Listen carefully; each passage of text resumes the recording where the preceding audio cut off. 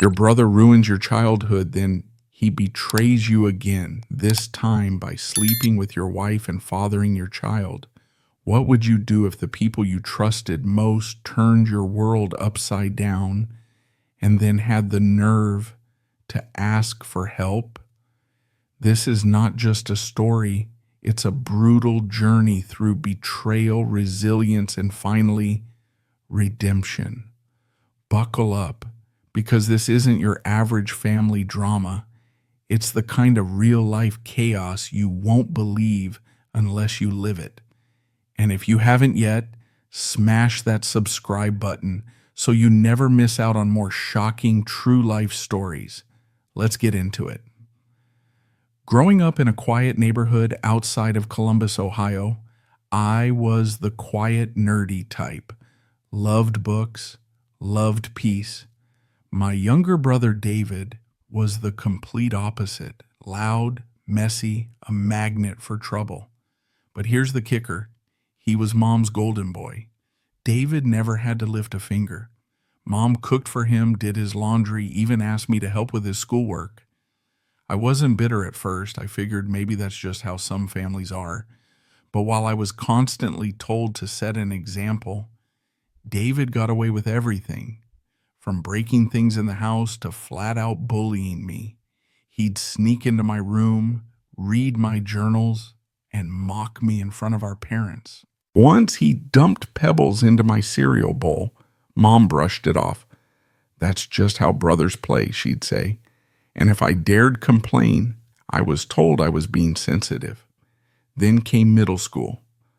I was already dealing with bullying at school, and instead of standing up for me, David joined in. He called me names in front of my classmates.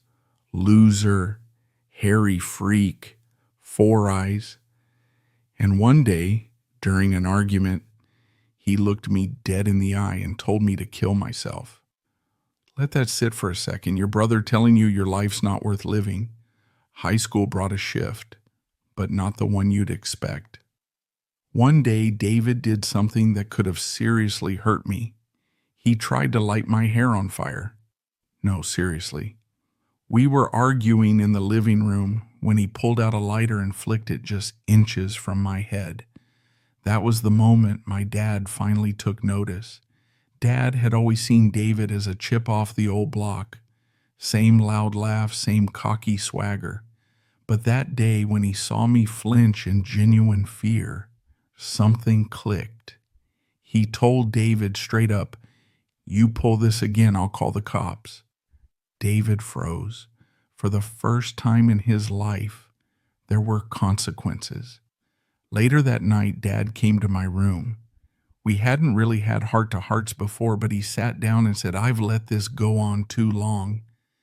He told me he had hoped David would grow out of being a bully, but now he saw it for what it was, abuse. I broke down. For the first time, someone who mattered saw me. I told Dad about the bullying, the teasing, the cereal stones, everything. He looked crushed. The next day, Dad marched into my school and talked to the principal.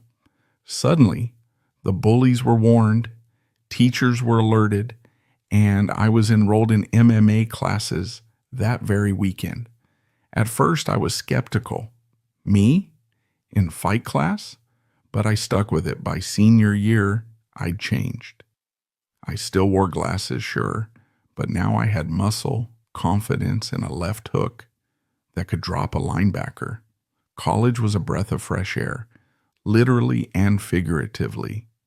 I had a scholarship to a top-tier university in Chicago, far away from home, far away from David. I finally felt free. No insults, no walking on eggshells. I made friends, studied hard, even joined a local chess club and hit the gym regularly. Then I met Karen. She was charming, sharp-witted, and had a kind of energy that lit up the room. We clicked almost instantly at a frat party. She laughed at my dumb jokes, liked the same movies, and even pushed me to open up about my past. She became my escape, my safe place. Coming from a religious background, we took things slow. But by senior year, we found out she was pregnant. Scared? Yeah. But mostly, I was thrilled. I'd always wanted a family. We decided to get married after graduation. The ceremony was small, mostly friends and close family. David was there too, unusually polite and warm toward Karen. I figured maybe, just maybe, we were finally starting to mend. I should have known better. Fast forward a few years and I thought we had it all. Career, marriage, a son I adored. But then Karen started acting off. More time at work, late night texts, business trips that didn't add up. And then out of the blue, she dropped a bomb that shattered my world. She'd been having an affair for years. Worse yet, she said our son might not even be mine. I remember just standing there, not even breathing. Everything went quiet in my head, like the world hit pause. When I asked who, she said the name that knocked the air out of me. David. I couldn't sleep for days after that. My mind kept running loops. David and Karen together behind my back under my roof. The betrayal wasn't just romantic. It was spiritual, familial. It cracked the foundation of everything I believed about love, trust, and family. Still, I needed answers, real ones. Karen gave half-hearted explanations, said David was there for her during our rough patches, that they had chemistry she couldn't resist. She admitted they'd sneak off to hotels, that some of her business trips were really getaways with him. I was stunned at how casual she was about it, like it was a mistake you shrug off, not something that broke a man. When I asked why she even married me, she said, "Because you were stable. You were safe." That's when I packed my bags. Quietly. No yelling, no drama, just done. Karen sobbed, tried to stop me. She said she still loved me and begged me to think of our son. But her pleas bounced off me like raindrops on concrete. I went straight to my parents, sat them down, told them everything, no sugarcoating. My mother's face twisted in disbelief. "Not David," she said. "He wouldn't, not to you." "But Dad?" He went silent, stiff. His eyes narrowed. He didn't speak a word, just told me to call David right then and there, with them listening. I put the phone on speaker. "Hey," I said, "you been sleeping with Karen?" Silence, then laughter, nervous, fake. "What kind of question is that, man?" She told me everything. Another pause. Then David tried to spin it. "She's lying, trying to make you hate me. You know how women are?" That's when I snapped. "I know how you are. Arrogant, entitled.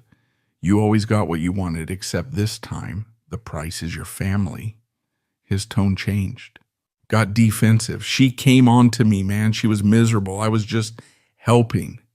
That's when my father, who hadn't said a word this whole time, leaned in and said, "David, you're dead to me."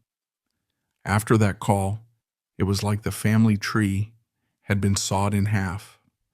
My father, a man of few words but firm principles, made his stance clear. David was no longer welcome, and he wasn't bluffing. Dad changed his will within the month. The entire estate, $2 million in assets, property, investments, and retirement funds, would go to me. David, he'd get $1. Symbolic, intentional, just enough to prevent him from contesting the will. My mother, still clinging to the fantasy of David as her innocent baby boy, tried to defend him. "You've punished him enough," she whispered one night when I visited. That's when my father dropped a bombshell. "If you ever speak to David again behind my back, I'm divorcing you." That shut her down completely. Then the calls started. David, now desperate, Tried everything. He showed up at our parents' doorstep begging for a second chance. They didn't even open the door. He called me, pleading, crying, telling me he was broke, that Karen was demanding child support, that he'd dropped out of college. He wanted help from me. I'll admit it, part of me felt sorry for him. Hearing David cry, that was a first. But sympathy doesn't erase betrayal. You should have thought about that before you slept with my wife, I told him flatly. He blamed Karen again. I cut him off. I divorced her. She's your mess now. When he raised his voice, I reminded him, you're not the golden child anymore. You're the disgrace who slept with his own brother's wife. That's what everyone remembers now. Then I hung up. For good. In the weeks that followed, I filed for divorce and hired a top-notch attorney with Dad's help.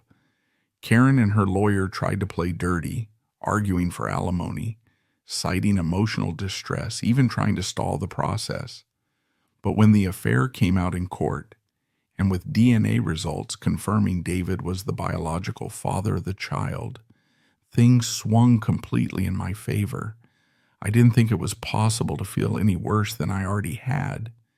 But seeing those paternity test results, that hurt in a different way. I had raised that boy. I'd fed him, taught him to tie his shoes, read him bedtime stories, and suddenly I was told he wasn't mine. Karen begged me not to abandon the child, saying, he doesn't know any of this. He loves you. You're his dad. But I couldn't. Every time I looked at him, all I could see was David. His smirk, his arrogance, his betrayal. I told her, I'm not strong enough to love a child who will grow up looking just like the man who ruined me. Was it fair to the boy? Maybe not. But I had to survive, and I knew if I stayed in his life, Karen would find ways to weasel her way back in. I needed a clean cut. So I walked, and this time I didn't look back. 5 months later, and life is different. Not perfect, not even fully healed, but peaceful. I moved into a clean, modern one-bedroom apartment downtown. A bachelor pad. It's quiet, but I like it that way. No crying, no lies. Just me, my books, my workout gear, and my space. Dad and I, we're closer than ever. We go golfing every Saturday. It's not about the game, really. It's about finally having a bond. We talk. He listens. He calls me son. Like he actually means it now. Even my mom's changed. She misses David, sure, but she hasn't spoken to him. She knows what the cost would be. And deep down, I think she finally sees me for who I always was. Not the quiet one, not the background kid, but the one who endured. Last I heard, David dropped out of college. Couldn't afford it after getting cut off. He's working part-time at a garage now. Living with Karen, raising the kid. Ironic, isn't it? The woman he stole from me is now his full-time reality. As for me, I'm not dating yet. I need space, time to rebuild. I've started therapy. I'm working on the parts of me that still flinch when someone raises their voice or makes a promise. But I'll get there. Because here's the thing, I spent my whole life being the one in the shadows. Now, I'm finally standing in the light. Sometimes the people you love the most are the ones who hurt you the deepest. But healing starts the moment you stop trying to fix them and start choosing yourself. So, if you're ever torn between protecting someone else's comfort and defending your own dignity, choose you every time. And if you made it this far, thank you. Don't forget to subscribe, hit that notification bell, and stick around, because more real, raw stories like this, they're coming.